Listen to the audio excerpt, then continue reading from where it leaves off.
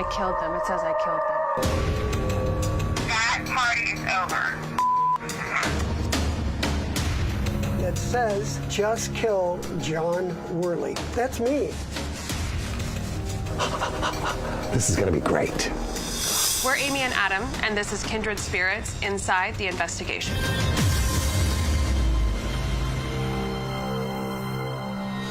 This investigation is in Villisca, Iowa, at what is known as the Villisca Axe Murder House. This was a case that we had been wanting to do for a very long time. We'd heard a lot of stories come out of the Villisca Axe Murder House, but... Be careful what you wish for. Yeah, be careful what you wish for real. We never...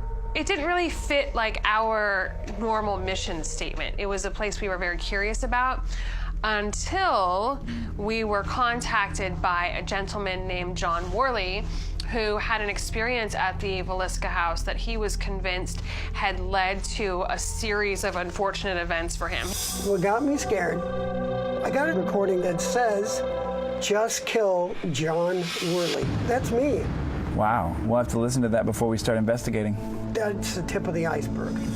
And then after he got that EVP in the house, a number of his friends and family got very ill or passed away, and he felt it was him, that something he had picked up at the house had cursed him. We weren't there necessarily to find out who did it, because everyone goes there to find out who did it. It was about who is doing this to our friend John Worley, and what is his experience, and is he in danger? And that was our big moment. And our focus, I guess, went to how do we get activity in the house? Because the first night that we were in the house, activity was very slim. In order to understand who's haunting this house and why it would threaten John Worley, we have to awaken the beast. First, I'm offering myself as bait to test if in fact it feeds off fear by sitting alone in the attic. Amy's stationed in the barn and can only hear my audio and communicate via walkie. Probably one of the freakiest moments of this season for me is going into the Villisca Axe Murder House by myself, because I knew that I was going to go in there, and I knew I was going to go in there alone. So we put a camera up on sticks, and it's facing the entrance to the attic, and I put a chair there, and I'm just going to sit here by myself. I have the EMF recorder, I have the SLS camera, I have the stationary camera, I have my walkie-talkie, I have the K2 meter. Going into that house and being completely alone for the first time was more intimidating than I thought it was going to be. And I remember at first I didn't even want to bring up the murders. No, I was listening to you, and I remember looking at the camera operator and going, he doesn't want to talk about the murders, but he's gonna have to talk about the murders. And I didn't want to, because I was a little afraid of what I was gonna get, because I just knew there was something there. Did you kill those children? So I'm gonna play this back to see if you talk to me. Here's some of your name. You do something to the family. I killed them. I killed them. It says I killed them. This house was playing on your fears. Whatever was here was playing on your emotions. If you were afraid, it gave you what you wanted. If you wanted it to attack and be crazy, it did it because it fed off of that kind of situation. That place, the activity that you get is what you give. So for Adam and me, we walk into an investigation like we're going to a party and we don't know anybody and we want to make friends. We walk in usually like welcoming and like, hi, how are you? My name's Amy. This is Adam. And we're introducing ourselves and talking about everyday things, and we're approachable.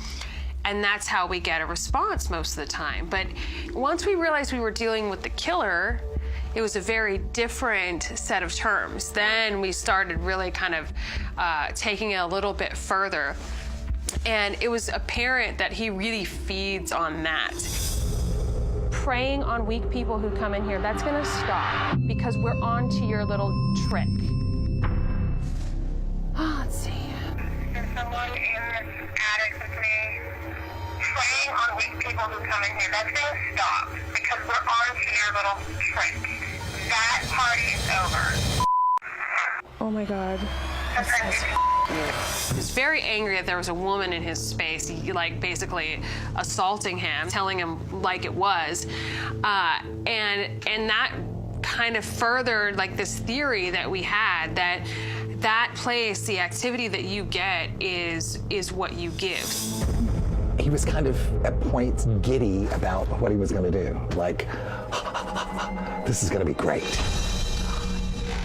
So what's his favorite? What does he eat up? Easily manipulated. Easily Yeah. manipulated. Weak. Yeah. Weak. Putty in his hands. He can affect them. And he's backed way off of me because he knows I'm on to him. It was good to have Chip with us on this case. I mean, again, Chip giving us his thoughts and feelings and impressions on the space, but also Chip talking about the killer in a way where we had already knew a lot of the information and Chip knew nothing about it, and he was like spot on with a lot of the weird things. I mean, he is a wizard. It's so weird. But also connecting with John's loved ones who had passed on, who John at that time felt responsible a little bit for. You didn't do anything. And she's saying this, you didn't do anything. It was my time to go. You thought you brought some things upon yourself and upon those that you love. I can tell you this. I don't get anybody from Spirit who's coming at you and going, you caused this. We had to kind of explain to him that yes, you had this crazy EVP, but that does not make you responsible for bad things that happen to your friends and family. And so he felt so much better after that. He still is thanking us, you know, weeks, months later. Yeah. I think we solved it for John, but I think we have more work to do in our own way for Villisca and the town. Thanks for watching, and keep up with Kindred Spirits and more behind-the-scenes action on Travel Channel Go.